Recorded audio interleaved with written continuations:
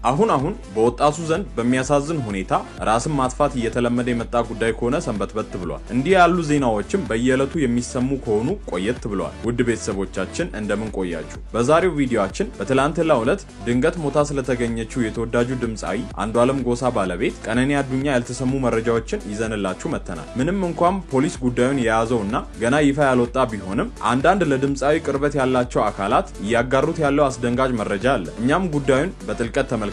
እውነት ቀነኒ ራሷን ከፎቅ ላይ ወርውራ ራሷን አስፍታ ነው ወይስ ከዚህ በፊት በተደጋጋሚ ጊዜ ይደበድባታል የተባለውና ግልፍተኛ ባህሪ እንዳለው የሚነገርለት እንዲሁም ከሰው ጋር አለመግባባት ውስጥ ሲገባ ሽጉጥ መምዘዝ የሚቀናው የገዛ ወዳጇ ድምጻዊ አንዱዓለም ጎሳ ከጉዳዩ ጀርባ እጁ አለ? ለምንስ አንዱዓለምና እህቱ በፖሊስ ቁጥጥር ስር ዋሉ? ጉዳዩን በቪዲዮአችን በጥልቀት ተመልክተናል። ውድ ቤተሰቦቻችን ለቀነኒ ወዳጅ ዘመዶች መጽናናትን እየተመኘን በቀጥታ ወደ ዝርዝር ጉዳዩ እንወሰዳችሁ። ቻናላችን ሰብስክራይብ እንዲሁም ቪዲዮን ላይክ እና ሼር ማድረጉ እንዳይረሳ እንላለን። በኦሮምኛ ሙዚቃዎቹ የሚታወቀው አርቲስት አንዱዓለም ጎሳ እጮኛው ቀነኒ አዱኛ ሞት ሁላችንም ያሳዘነ ክስተት ነበር። በማህበራዊ ሚዲያ በርካታ ተከታዮች ያሏትና በሞዴሊንግ የምትታወቀው ቀነኒ አዱኛ ማክሰኞ ጠዋት መሞቷን ተከትሎ በርካቶች ሀዘናቸውን ከመግለጽ ባሻገር የሞቷ ምክንያት እንዲጣራ እየጠየቁ ይገኛል። ሱሉልታ ተወልዳ ያደገችውና በኢንጂነሪንግ ዲግሪ ከአርባ ምንጭ ዩኒቨርሲቲ የተመረቀችው ቀነኒ በሞዴሊንግ፣ በማስታወቂያ ስራዎች በማህበራዊ ሚዲያ ዝናን አትርፋለች። በአሁኑ ወቅትም ከ23000 በላይ የኢንስታግራም ተከታዮች ነበሩ።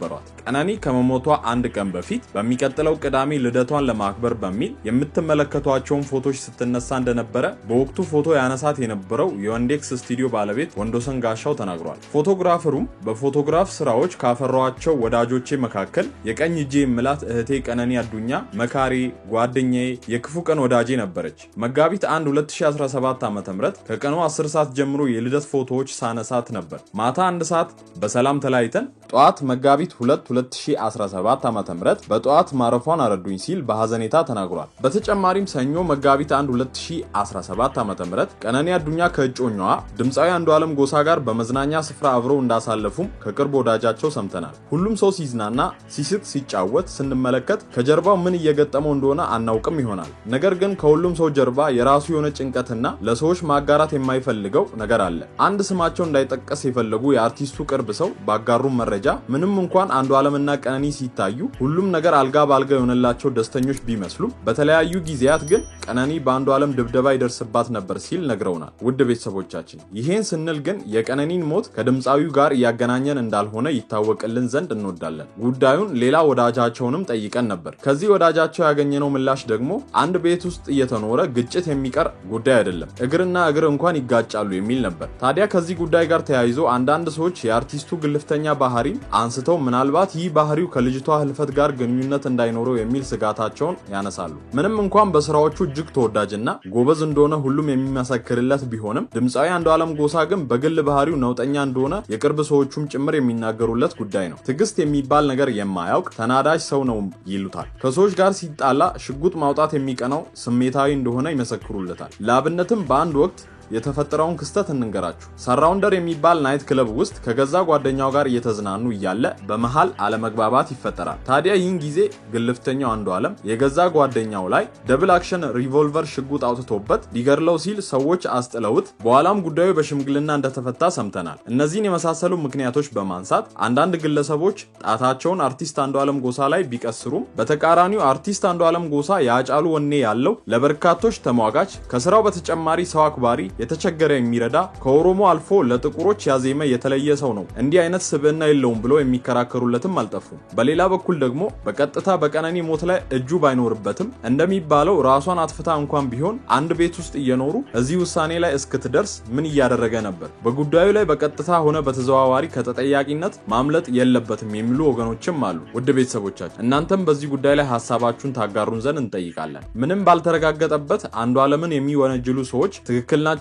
መልሳችሁን ኮሜንት ላይ አጋሩ። እኛ በበኩላችን እንደዚህ ያሉ መላምቶችን ለጊዜው በመተው የፖሊስን የምርመራ ውጤት በትዕግስት መጠበቁ የተሻለ አማራጭ ነው እንላለን። የድምጻዊ አንዱዓለም ጎሳ ማናጀር የሆነው ለሊሳ እንድሪስ በበኩሉ የተፈጠረው ነገር ለቢቢሲ አፋን ኦሮሞ እንዲህ ሲል ተናግሯል። ንጋት 11 ሰዓት ላይ ስልክ ተደውሎ ቀነኒ ተጎድታ ሆስፒታል ገብታለች ቶሎ ድረስ እንደተባለ የሚናገረው ለሊሳ እሱ ሩቅ በመሆኑ በሰዓቱ መድረስ እንዳልቻለ ይናገራል። ቦሌ አራብሳ ከዓመት በላይ በጋራ ከሚኖሩበት መኖሪያ መኖሪያ ቤታቸው ከአምስተኛ ፎቅ እንደወደቀችና ምን እንደተፈጠረ ፖሊስ እያጣራ መሆኑን ተናግሯል። ክስተቱ ከተፈጠረ በኋላ በቅርብ የሚገኘው ያኔት ሆስፒታል ከገባች በኋላ ጧት ፖሊስ መጥቶ ሬሷን ወደ ሚኒሊክ ሆስፒታል ለምርመራ ከወሰደ በኋላ የምርመራ ውጤት እስኪወጣ አስክሬኗ ወደ ቤተሰቦቿ ሱሉልታ መሄዱ ነው የተገለጸው። ድምፃዊ አንዱዓለም ጎሳ ለጥያቄ ትፈለጋለህ ተብሎ ከሆስፒታል ወደ ፖሊስ ጣቢያ ተወስዶ እዛ የሚገኝ ሲሆን እኛ የምናውቀው እስካሁን አለመታሰሩን ነው፣ ምርመራ እናድርግ ብለው ነው ፖሊስ የወሰደው ሲል ማናጀሩ ይናገራል።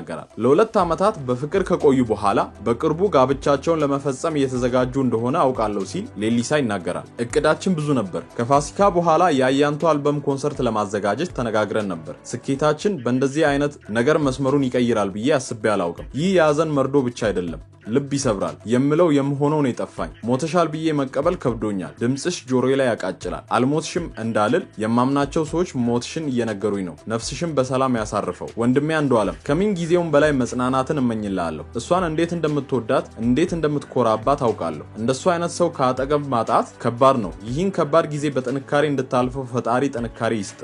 ለወላጅ ዘመዶቿ መጽናናት እመኛለሁ ሲል የድምፃዊ አንዱዓለም ጎሳ ማናጀር ሌሊሳ እንድሪስ ተናግሯል። ማኔጀሩ አክሎም የአስክሬን ምርመራው በሚኒሊክ ሆስፒታል እንደሚደረግና የሟች የቀብር ስነ ስርዓት ረቡዕ እንደሚከናወን ለቢቢሲ አፋን ኦሮሞ ተናግሯል። ቀነኒ ገና ለጋ ወጣት በመስራት ላይ ያለች ልጅ ነበረች። ቀነኒ በህይወቷ ደስተኛና መኖር የምትጓጓ ወደፊት ብዙ የምታልም ብዙ ለመስራት የምትጥር እንጂ ራሷ ላይ እንዲህ የምትወስን ሴት አይደለችም። በእርግጠኝነት ከአሟሟቷ ጀርባ አንዳች ሚስጥር እንዳለ አንዳንዶች ቢናገሩ፣ ሌሎች ደግሞ የሰይጣን ስራ አይታወቅም። ምናልባትም በቅጽበታዊ ንዴት ራሷን ለማጥፋት ወስና ከ5ኛ ፎቅ ላይ ራሷን ወርውራ ይሆናል ይላሉ። ቀነኒ በጣም የምትወዳቸው የሚወዷት ወላጆች ያሏት ሲሆን በምስሉ ላይ ለምትመለከቷቸው ወላጅ አባቷ የተለየ ፍቅር አላት። ይህ ዜና ለወላጆቿ እጅግ መሪር ሐዘን ነው። ለወላጅ ቤተሰቦቿ መጽናናትን እንመኛለን። ቀነኒ ገና የ26 ዓመት ወጣት ስትሆን ሞዴል፣ የማስታወቂያ ባለሙያ በመሆን ለበርካታ ድርጅቶች ምርትና አገልግሎታቸውን ታስተዋውቃለች። የፎቶ ሞዴል በመሆኗም የብዙ ዲዛይነሮች ልብሶችን ታስተዋውቃለች። በጣም ተግባቢ፣ ሳቂታ፣ ፍልቅልቅ እንደሆነች ለማወቅ በማህበራዊ ድረገጾቿ የምትለቃቸውን ቪዲዮዎች መመልከት ብቻ በራሱ በቂ ነው። ከቅርብ ጊዜ ወዲህ እንዲህ ያሉ አሟሟቶችን መስማት እየተለመደ የመጣ ጉዳይ ነው። በተስፋ መቁረጥ ይሁን በቅጽበታዊ ውሳኔ በማይታወቅ መልኩ